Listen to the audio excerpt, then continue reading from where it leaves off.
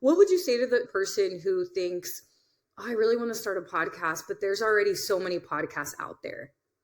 I would say that there's always room for everybody. I feel like that is something that is said a lot, especially in like influencer spaces, makeup spaces, coaching spaces, but people are looking for number one, people that look like them. So if you think that, oh, nobody's going to look at me because I'm Latina or I'm Black or I'm Asian, like people want to learn from people who look like them and they want to have that level of intimacy. It's not like this person is my best friend, but it's like I'm on FaceTime with someone who is educated and who's helping me and who could be like a good friend of mine. So there's always room for people. And I launched 3 or 4 podcasts this year and they're doing really well. And it's because people see them and they're like, oh, I connect with this person. I connect with what they're saying. I feel like I can learn a lot from them. And they just keep coming back week after week. So if you think that there's no room for you, like no, there's always room for you. Welcome to the Chingona Revolution podcast, where we will bring out your inner badass Latina, overcome self-doubt, help you gain clarity, and pave your own path, all while leading with courage. I am your host, Latina coach and speaker, Erica Cruz.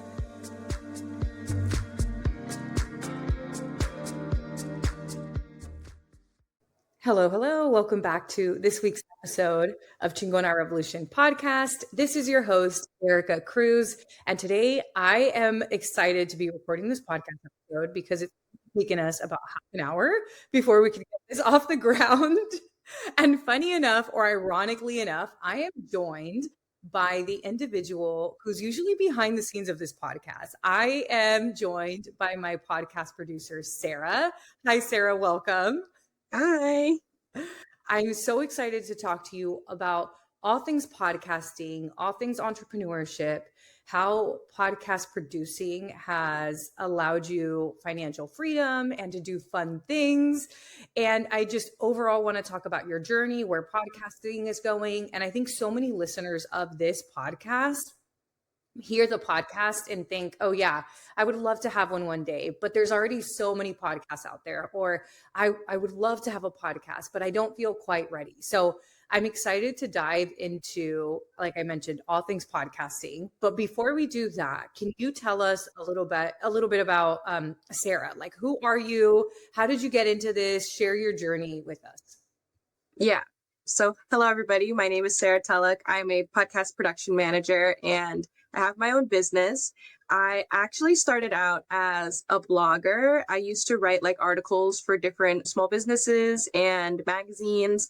And I got into the industry through like content marketing.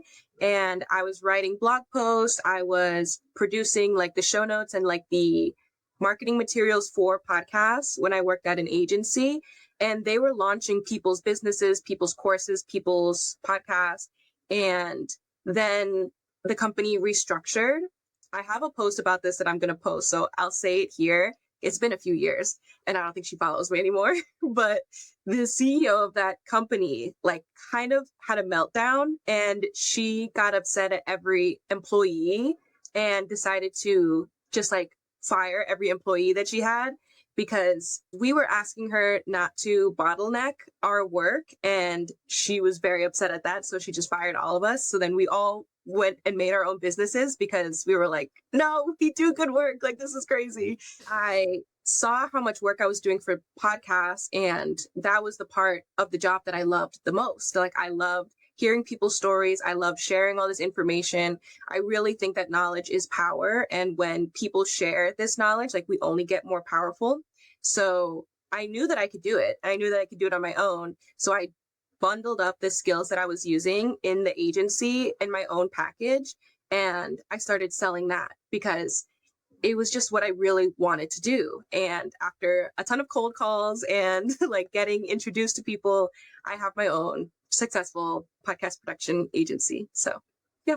Amazing. Okay. I'm so glad you shared this story because a lot of people, I mean, there's so much changing between the rise of AI, between just technology changes, right?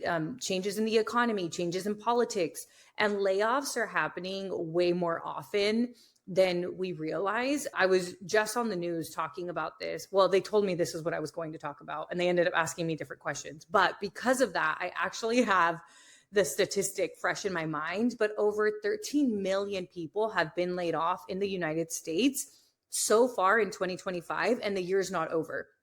So I think it can be really easy to look at layoffs or like being let go as like, oh man, like, was I not good enough? Was it a failure? But there's so many things that are out of our control. And I love your story because you sometimes layoffs can feel like, oh yeah, this door has completely closed in my face. Or like if you don't get the job that you want. But a lot of times when that door closes, so many more doors open. And you did exactly what one of the tips I was going to talk about on the news was, which is when people want to go start their own thing and they don't know what it is, one of the easiest things to do, one of the lowest hanging fruit things to do is to take the skills that you've already been paid for because you've already validated that you're good at it and then do that on your own. So I feel like that was so wise of Sarah to be like, okay, what aspect of this job did I enjoy the most? What was I good at? And what do I see is actually in high demand? And how do I turn that into my own business? So I just feel like if I could go back and talk to Sarah like 2 years ago, I would be like, give you a huge hug. That is exactly what I would recommend that you do. Did you have anything else about your story you wanted to share? That's pretty much the gist of it. I will say that little, like maybe 2 or 3 years ago when this happened, I was also dealing with like the first huge like tech wave of layoffs where like Yeah. everybody was getting laid off all at once. And I was applying for jobs in a bunch of tech industries in different agencies and no one was hiring. When I really went full force into my own business was because I had applied to 234 jobs in like 6 months. And I think I got even a response, just a single response from like 4 companies total. And I was like, this is not going anywhere. I have to do this on my own. And I find that that saves a lot of people. Like I have friends who are freelancers who are like, yeah, the only way I can pay bills is because I have my own business and I have my own side of things. And even though I would prefer to be an employee or I preferred that time that I was an employee, it's still like, there's layoffs everywhere and they'll just lay people off.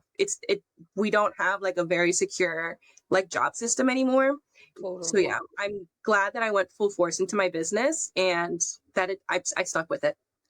Yeah, I think you're bringing up a really good point. And that point is that women, Latina women, women in general, honestly, anybody, but like most of the people who listen to this are women and Latinas. So I feel like learning entrepreneurial skills is a win-win. Regardless of if you have a full-time job, having the ability to learn entrepreneurial skills is going to save you because to your point, we can't control what's happening in the job market. We can't control when people respond to us. I mean, 264 jobs, that's a lot of jobs to apply for. And it can be so easy to be like, oh, I'm just not good enough and feel so defeated. But you use that as fuel to kind of pivot and start your own thing. And now that you've started your own thing, how do you feel about it? Do you want to go back and work for a 9 to 5?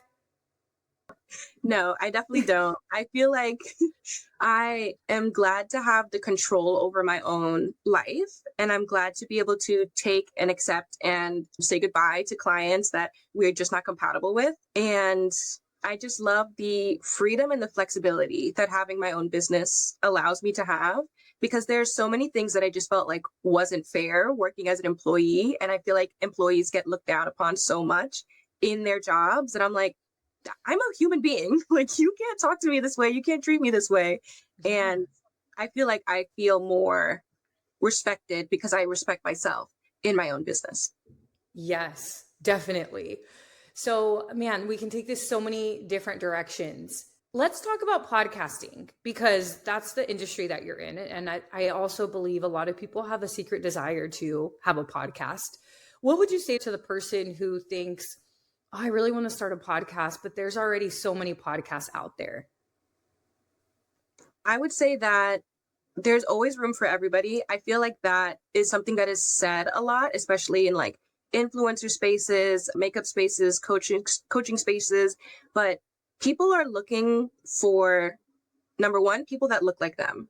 So if you think that, oh, nobody's going to look at me because I'm Latina or I'm Black or I'm Asian, like people want to learn from people who look like them and they want to have that level of intimacy. It's not like this person is my best friend, but it's like I'm on FaceTime with someone who is educated and who's helping me and who could be like a good friend of mine. So there's always room for people. And I launched 3 or 4 podcasts this year and they're doing really well. And it's because people see them and they're like, oh, I connect with this person. I connect with what they're saying. I feel like I can learn a lot from them.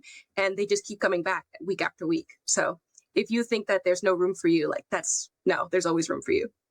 Definitely. I feel like people maybe have the thought of, oh man, I should have started 2 years ago when I had the idea because they were waiting to feel ready. And now they're like, oh, it's too late. Like podcasting has already had its time. And it's like, no, I actually think podcasting is growing. Like, yes, it's been around for a long time. And maybe if I would have started 8 years ago, my podcast would be in a very different place. But 8 years ago, I didn't even have the skills or the audience or like, I didn't have anything, right? Like it would have been a very different podcast than what it is today. So sometimes people get stuck in, I should have started sooner, but a year from now, you're going to wish you started today. So this idea of, oh man, I wish I would have started sooner. Like, yeah, you maybe the best time to have started was when you had the idea, but the second best time is right now. So before we started recording, after all that chaos, because for context, y'all, I literally have my camera, which is my phone, stacked on top of ink cartridges, held up by a coffee cup, and Sarah witnessed the chaos of my phone falling over. It took us 29 minutes to start recording, but luckily she was like, hey, the quality's not good enough. Change your camera. So back to what I was going to say, when we were going through all that chaos, you mentioned that you had some kind of projections of where podcasting is going in 2026. So do you want to share some of that?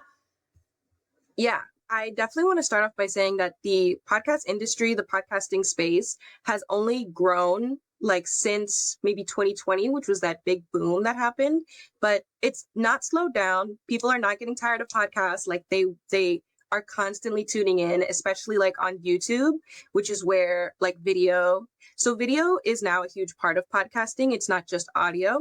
So I would definitely tell people who are thinking about getting a podcast to just do your natural beat if you want to and turn on the camera because people want to like see you and know that they're like on FaceTime with you. It's that level of like closeness that's like not a parasocial relationship where I really know this person, but close enough that it's like, okay, they're not so far away that I can't like engage with them, you know? Definitely. Yeah. And then that leads into what I saw from like the recent YouTube insights, which is that video is getting very like maximalist. So having more things in your screen and having more media in the podcast helps. Like, for example, sometimes on your webinars or in your episodes, sometimes you'll have like the whiteboard and you'll like explain things and like circle things and everything. I feel like doing that more often would really help like with engagement and with views because people want something that they can like look at and like have more things. Because with a lot of coaches that I work with, a lot of the stimuli is from what is being said, but that's like more auditory. The visual part that you can get to hook people in is to have the whiteboard. Like I said, if you're having a story time, put the pictures of where you were like and of yourself like on the screen. Just like have it a little more busy because it's number one, it creates more intimacy. And number two, it like helps that visual stimuli.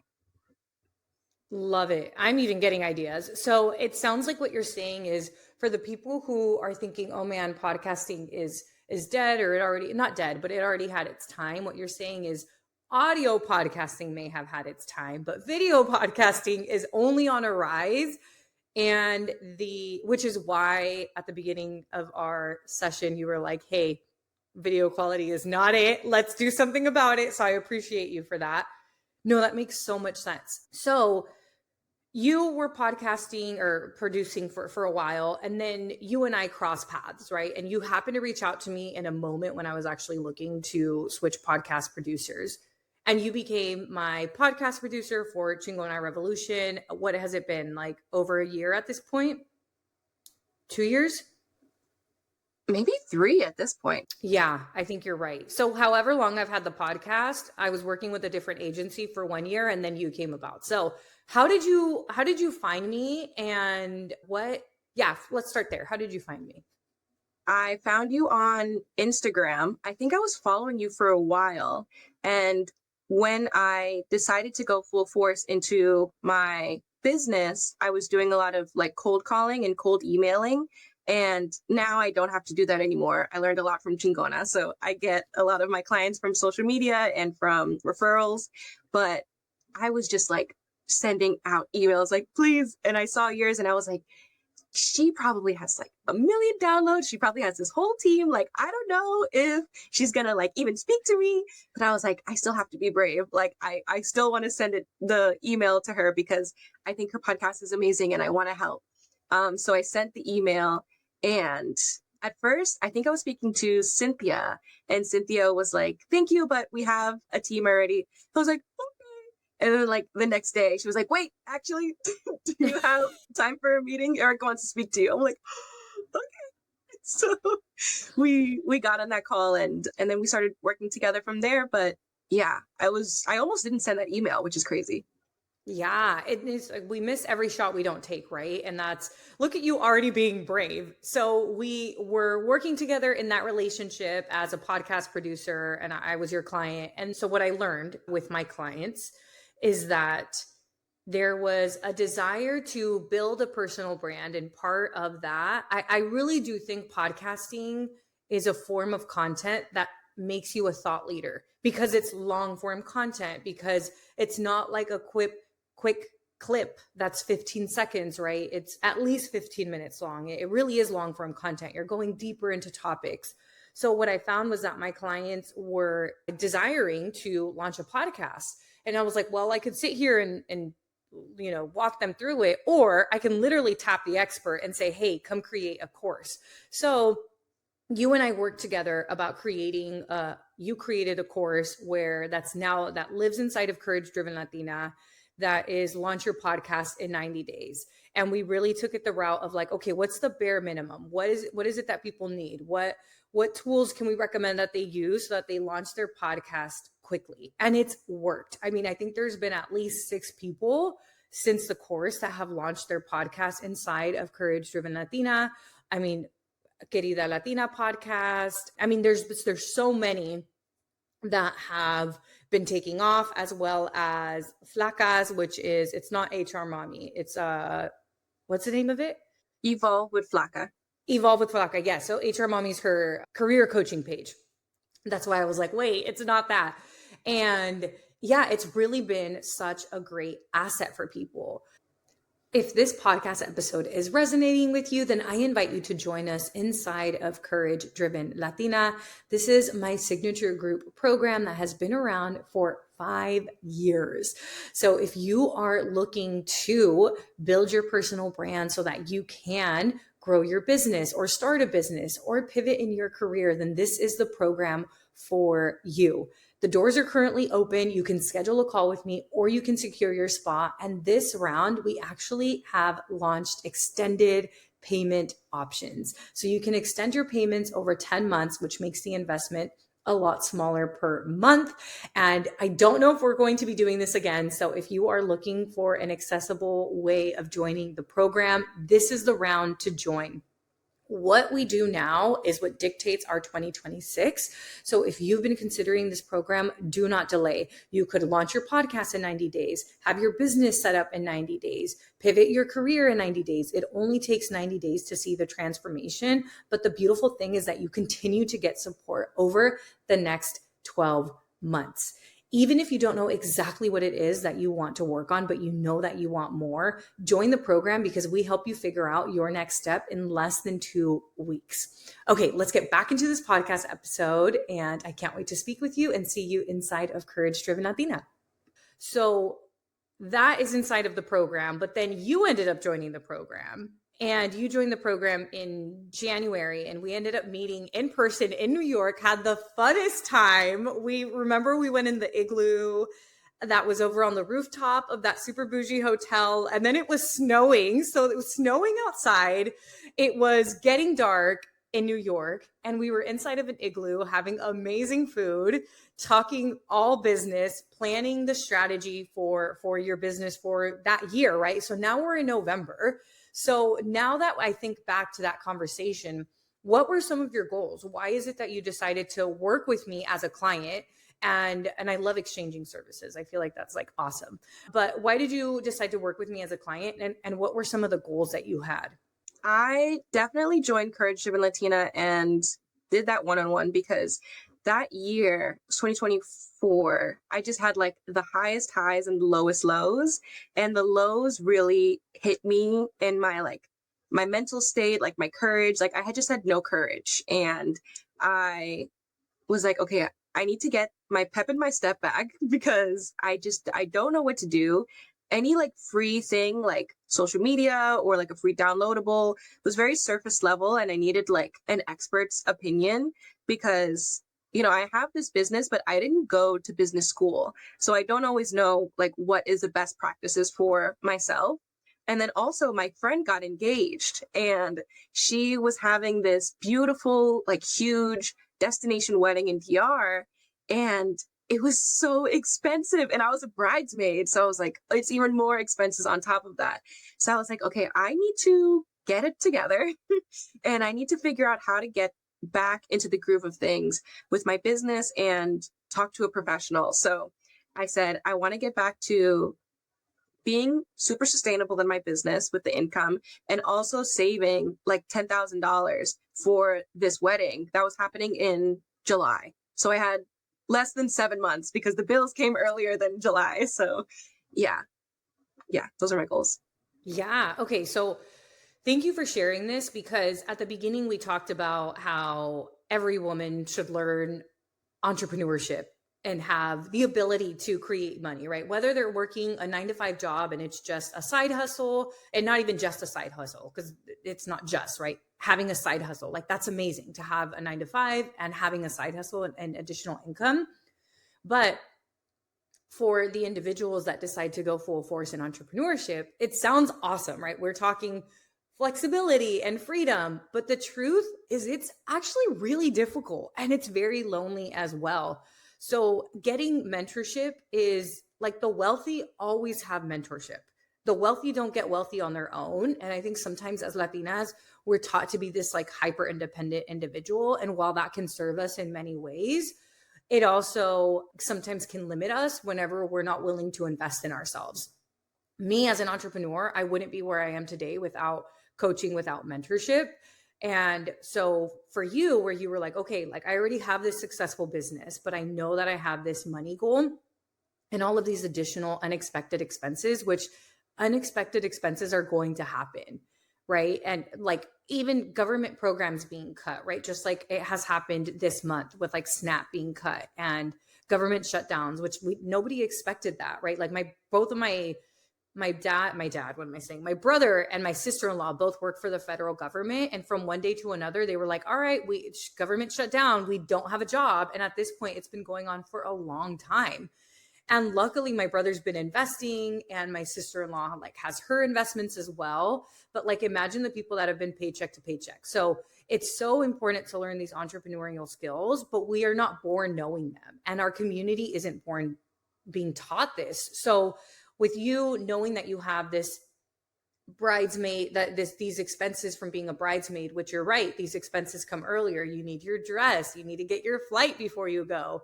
And the earlier you get your flight, the better deal you typically get on it. You have to book your hotel, right? It's not like you show up at the wedding and then it's like, okay, now I have to pay these things. No, the expenses come earlier. So what was your money goal? What did you decide that you wanted to, you told me what it was. I don't recall exactly. Was it 10,000? How much money were you looking to make? Total, I wanted to make like yearly 80,000. For the immediate goal, it was 10,000 for the wedding. Okay. And then, so 10K for wedding, and you knew you were going to make that money from your business, but you also wanted to make 80,000 from your business. And what happened with the wedding? What, were you able to make it? Tell us the journey. What obstacles did you have to overcome and what ended up happening? Yeah. So I did make it. I was able to make the money within 3 months, I think it was. And it was just the obstacles that I had to overcome was definitely being forward facing. I am not typically someone who like loves to be in front of the camera. I was feeling like me promoting my business was also very, it felt cringy for me to do. I wouldn't have these feelings for other people, but for me, I felt cringed out. And I was like, I have to get over that because I tell my own clients all the time, like, just press record. Like, no one cares about like the littlest things. Like, it in hindsight, like they literally didn't matter. Like I think I was like, oh, I have these smile lines, like nobody's gonna like them. I'm like, shut up. Like, that doesn't matter. And also you can't, I don't want to say you can't, but that level of showing your face online is what sells because people want to work with real people. They want to know their story. They want to know that they have like the education or the life skills to back up their work. And I needed to do that. I couldn't just like hope and plead that people were going to believe me that I have these skills. So yeah, I was posting more on social media. I was learning like what works with my audience and what doesn't and trying different styles. I just got some more coaching on like what styles I should be trying. So yeah, I'm so glad I was able to make it and able to make that wedding without worrying because once those clients came in and even more expenses came up, I was like, I can, it's still good. I'm still good. That's beautiful. Yeah. So what I'm hearing is before, when expenses would come up, it would cause anxiety and stress. But even as more unexpected expenses came up, knowing that you had the skill to create money is what gave you so much more peace of mind. So it's not even like you're at your wealth goal for the rest of your life, but knowing that you have these skills has kind of changed everything. And I remember in January when we were on that romantic snowy snowy evening, I think we were still in the lobby of that hotel and we were creating the plan. And it, like, sometimes it's twofold, right? It's the mindset work, believing in yourself, overcoming the fear of being seen. That was one of the things I jotted down, which as Latinas we're constantly told, like, be humble, don't like draw too much attention to you, or even just the money mindset that we can grow up with of like, don't talk about money. That can make selling online feels so cringy and feels so unnatural to us. But between having the right strategy, which I remember we were like, okay, well, let's just do the math. How many clients do you actually need? What does your rate need to be? And it, like, we just made such a simple plan. And then the rest of the work was implementing the plan and you overcoming yourself, you overcoming the fear of being seen, showing up on camera, what kind of content to create. And to your point, like, we just redirected the kind of content that you can create to attract more clients as well. Um, what, and it only took you 3 months. That was crazy. Like, because it was also that I've never seen clients pay that much in full upfront. Like, I had a client send me a check for a little over $4,000 all at once. And I was like, this is almost the entire thing. Obviously, I like cut it up and like pay taxes and everything. But I was like, I've never had this much upfront from a client. So it was really life What did changing. that do, like, to your brain chemistry? It definitely made me more courageous because sometimes you don't believe things until you see them. And I definitely have that problem. And that's why I was working with you because I was like, because you made like new realities for me. Like, we were working together on the podcast launching package and you were able to set it up in a way that I make more with not that much more work because I was not giving myself enough credit for the like actual education and life skills of launching. And I remember telling you like, it's too much. Like, I can't do this. And you were like, no, do it now. And I'm like, it's scary.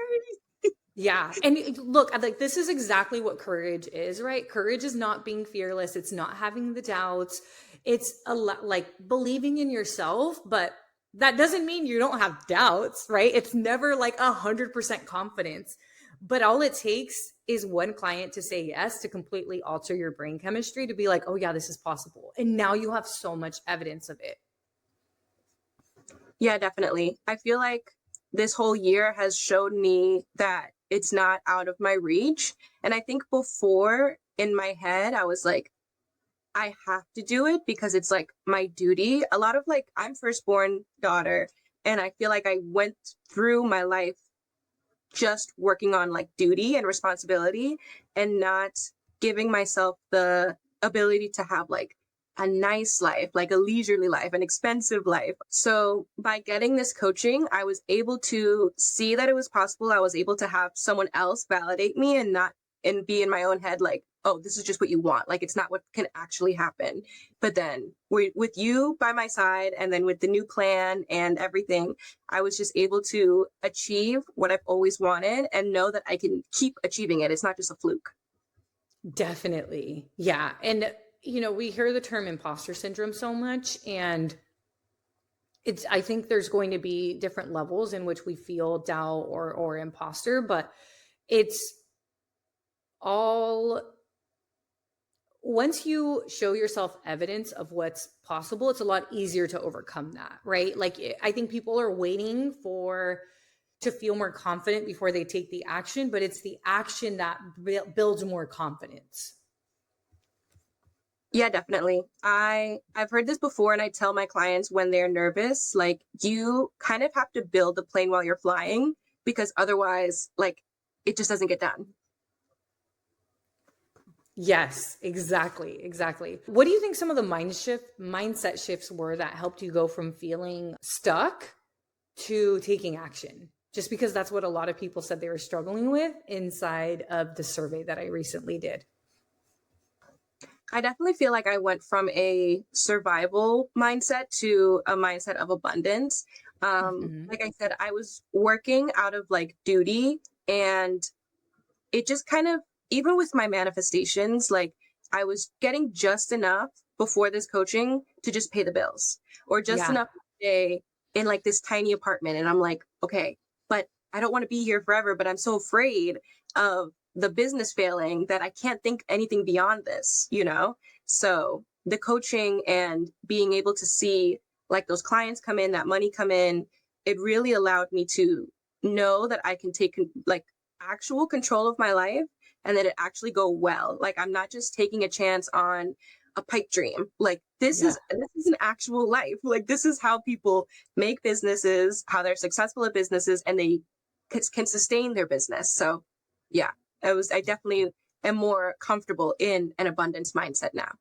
Yeah. And in one of your like monthly entries, you did mention that you really wanted to stop playing small. And I've seen that. I've seen you stop playing small from the moment we had our first meeting until now, which it hasn't even been a year, right? But I saw a difference within the 90 days once you made that 10K for your trip. And it was an additional 10K, right? Like that wasn't even the 10K for you to survive in your life. Like it was the money that you needed to survive in your life and a bonus 10K that would go towards the wedding, right? Yeah, it was bonus, and I have just to add to this the wedding and the venue and like the it was just so luxurious. Like I have never paid for that kind of luxury out my own pocket before. Like it was more expensive than the last 3 trips I've taken, maybe 2 of them combined. And I was paying for all of it. And part of it was also that I was paying for my boyfriend because he's been taking me on trips, and I wanted to say, this is my turn. Like, I can do this. I don't need anything from you. Like, just relax. This will just be our vacation that we relax from. And he's like, can I pay for this? Can I pay for that? And I'm like, no, I said I was going to do it. It has to be me. I'm the type of person that have to have that goal in front of me so that I can see where like the goalpost is and reach it. Yeah. And I think you bring up such a good point about culturally, sometimes we have the mindset of, oh, I'll just make enough money to survive and I don't need much more. But this story is such a beautiful example of how money can be used in such a great way, right? This was a trip that you got to treat somebody that you love on. but it could also be supporting your parents with like unexpected medical bills, right? Like money really does give us options, and money itself isn't evil. It's like the people who have money that are money makes you more of who you are, right? So it's either going to make you a better person, like a more giving person because you have more to give, or it could make you a more greedy person, like if you're already a greedy person. But I feel like when Latinas build wealth, we're typically looking at how do we pay it forward? How do we use it in a positive way? If I have excess of money, it's not for me to go be like this evil person. It's like, how can I do more with this excess money? And I think that was a beautiful example of how having money allowed you to treat somebody that you care so much about to this luxurious experience, which is sometimes we as Latinas can feel unworthy of these experiences, but I'm sure that even did a lot to change your brain chemistry. Like, no, I'm worthy of these nice things. And I remember seeing your stories and I was like, oh, look at her. She's having a great time in Dominican Republic. I was having so much FOMO because they dance bachata there. So I've never been. It's on my list of things to do or places to go. So I think I've asked you most of the questions I wanted to ask you. Maybe tell us a little bit about your experience with creating the podcast course inside of Courage Driven Latina, and like, who do you think would benefit from that? Creating the course was a brand new experience for me because I've packaged it and my skills for myself to sell in my business, but I've never had it all on screen for other people to see and follow. So it was really, it became really fun. Again, I was not like a forward facing person. So to record videos of myself and record the audio was like really scary. But after a while, I really got into it and I was really proud of what I created. And the feedback was great. Like I was afraid that I don't know what I was going to do wrong, but I was afraid that I was going to do something wrong. And then I would get the feedback and they're like, perfect. And you were like, I think the one feedback was like, can you just make it a little bit more basic, like a little bit more like very easy to follow, because of how it is like super, super entry level. But yeah, I what I put in the course was basically how I help my clients with their launches. And it's just pretty much all you need. Like if you're going to launch your podcast yourself, you just go through the course bit by bit and you'll have absolutely everything you need. Amazing. Yeah. And I mean, it's obviously worked because so many people inside of the program have launched their podcast. So how has receiving coaching, how has that changed the way that you show up for your business and the way that you run your business and the way that you see yourself? So what was kind of the before and the after? Yeah, I think before I was very frazzled and I just wasn't sure of anything. Like I would post on social media or I would talk to clients and after I'd be like, well, I hope that was something. I really don't have a gauge for these things. And I was very insecure about it because I'm someone who likes to have all the facts. I am someone who likes to have all the education. And after college, I kind of didn't know that I wanted some more education. I thought that I was supposed to get all of it in college, but I like this new life of mine of continuing education with like coaches and colleagues and peers, and thought leaders because it's exactly what I needed. Like I can talk to you with my question that's like plaguing my mind and I'm like, is this even worthy of bringing to Erica, you know? And then you'll like answer it so easily and I'm like, oh, okay, this I can do that. Like that's fine. Like it's not like some quantum theory anything. Like I can just do it. So I have a lot more confidence in myself. I have a lot more confidence in asking questions, and I have a lot more confidence in my actions because I know that they come from tried and true like strategies.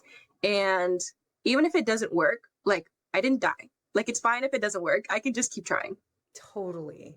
Yes. Oh, I love that. I love that so much. So, what would you actually, if somebody's interested, because currently, as we release this podcast episode, the doors for Courage Driven Latina are open. So, whether they want to launch their podcast, they will get access to your course, also access to you as a community member. And so, what would you say to somebody who's considering joining Courage Driven Latina, but maybe they're like, oh, I want to do it, but I don't know if now's the right time?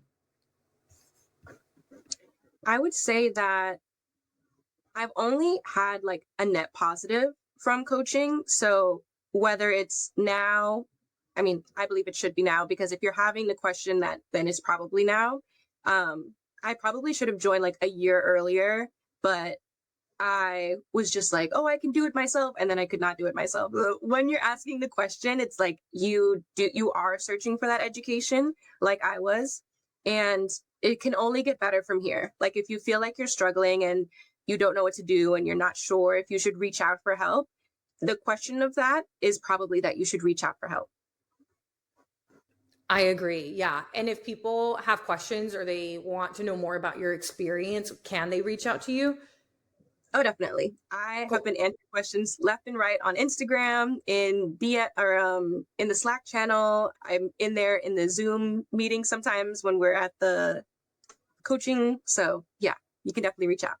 Okay, cool. So yeah, reach out to Sarah both about if you have questions about Courage Driven Latina or podcasting, as well as your podcasting production services, right? So if people are like trying to do their own editing on their own and maybe they are a little bit inconsistent and they want to outsource that, we will include your website, your Instagram down below.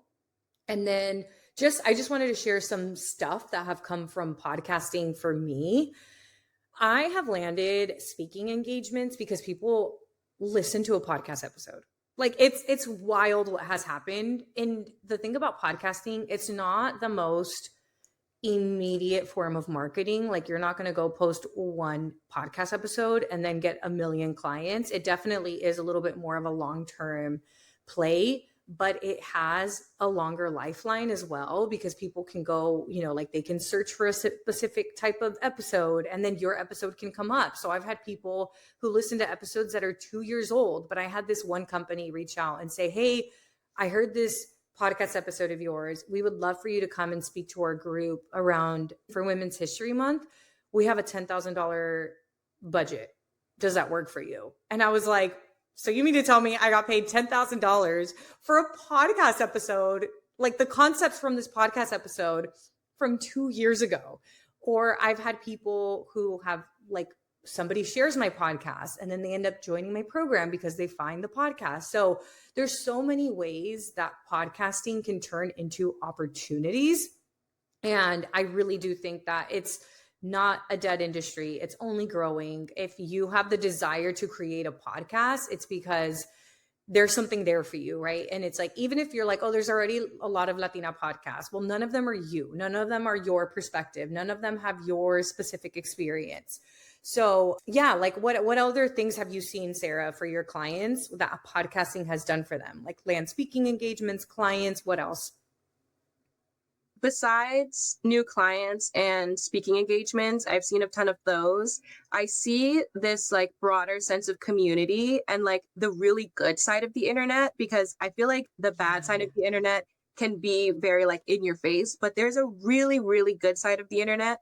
Like one of my clients, Anusha and Lulu, they host the No Boundaries podcast, and they're a mother and daughter, and they talk about like their lives and their relationships and pop culture things. And they started talking about Nicolandria, like on Love Island, and just the whole fandom. It is kind of a fandom around Nick and Alandria and like their love and like everything that's come out of Love Island, whether it's good or bad. Like people are just able to talk about themselves and their experiences, especially like Black women have been able to say like, yeah, I didn't think any like white guys were going to like me just because that's always what I've been told, or that's always the vibe. And then to see this beautiful couple and him love her so much, it was just a beautiful thing to see. So yeah, there has been a lot of conversations where people from all over the world and different continents have joined in on the conversation in the comments and just been like, thank you so much for talking about this, because I really feel seen. I love this conversation. I'd love to keep having this conversation with you. And they come back every week. So it's really, really nice. That's amazing. Yeah. So what I'm hearing is like podcasting really does create connection. Yeah, it does. I feel like it just connects you with the right people. It connects you with the people that you wanted to be connected with. And sometimes in real life, you are stuck with the boundaries of your town or your country. But with the internet, like you can reach out to those people and you'll find best friends that you would have never met if you were not able to reach out to them in that way. Yeah, I agree with that 100%. Well, this has been such a good conversation. We talked about the importance of women learning entrepreneurial skills, whether you're at a 9 to 5 or just starting your own business. We talked about what it's like to build a business before and after getting support, as well as our ability to create money and how it's just really about us overcoming ourselves. We talked about podcasting and why it's not a dead industry, why people should connect with you and follow you and reach out to you if they're looking for your services. We talked about programs like Courage Driven Latina. We talked about a lot. Is there anything I didn't ask you about that you want to share? I don't think so. There was a question I may have forgotten to answer, which was like, who should start a podcast? So I do want to say, definitely start a podcast and continue your podcast if you are a coach or want to be a coach, because that falls under the layer of like education. And Totally. then people want to be educated and then reach out to you for one-on-one or group coaching. Definitely start a podcast if you have stories that can help people and like can connect with people. I reached out to Flaca maybe in March, and because she was on your podcast as well, and I was like, oh my God, like you just have a ton of amazing stories, like you would be a great podcaster. And then she started her podcast and we work together now, so that's amazing. Yeah. And I've even had Courage Driven Latinas start podcasts together. So like Latinas in Transformation, those are 3 Courage Driven Latina alums who started a podcast together. they And then met me. They we were in Vanessa Farino's in-person event in Boston, and I was like what's the word, a vendor at that event, and then you can like yes. walk around and everything. And Edie's and someone else also came up to me and they were like, oh my God, like Lupe. we know you through Erica, like that's so crazy. And I was like, oh my God, I know you through Erica too. So it was really, really cool to see. They're awesome. Yeah, I get so many tags of people meeting in person and I'm like, I have FOMO. It honestly is such a beautiful community. Right now, Evie, who held a workshop about negotiation, which if you haven't watched it, go into the portal and check it out. And she was on the podcast last week. So you edited that episode. So you heard it. Oh, by the time this goes out, it'll have been 2 weeks ago. But Evie is currently in Colombia meeting Jen, who is another Courage Driven Latina alum, and they both met in the program. And Jen ended up moving to Colombia, and Evie was like having her Latina Eat, Pray, Love series type of thing, like little period. So they both ended up meeting in Colombia and tagged me, and they were co-working at a coffee shop and like supporting one another with their businesses. And they both started their businesses in Courage Driven Latina. So it was like such a full circle moment. And Evie has a podcast. So she's like had me on the podcast, Jen on her podcast. So yeah, both things create such amazing community. All right, Sarah. Well, if people want to connect with you, what is your Instagram handle? And then we'll tag it down below, as well as your website. Actually, you'll tag it down below because you're the podcast producer. But where can people connect with you? Yes, I'm on Instagram and TikTok as podcast.by.sarah on both of those. I'm on LinkedIn just by my name. And I'm behind the scenes of all your favorite podcasts. So yeah. And I'll leave the name of my website down below.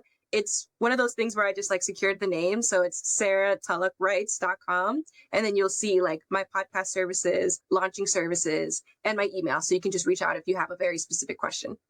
Amazing. Sarah, thank you so much for coming on the podcast. You've always been involved in it, but now you are the featured guest. I will see you on our next Courage Driven Latina call. Thank you so much for joining us. Yes, of course. Thank you so much for having me. See you later. Thank you so much for joining me this week. Make sure to visit theericacruz.com. That's Erica with a K, where you can subscribe to the show so you'll never miss an episode. You can help this podcast grow by supporting me with an Apple Podcast rate and review. If you took anything away from this episode, I invite you to take a screenshot and share it on social media so that your favorite badass Latinas can also check it out. Be sure to tag me at the Erica Cruz. That's Erica with a K, because you know I want to see it. If you're ready to join the revolution and be a part of the Courage Driven Latina community, visit couragedrivenlatina.com to get more information and join the waitlist. Thanks again, and I'll see you next week.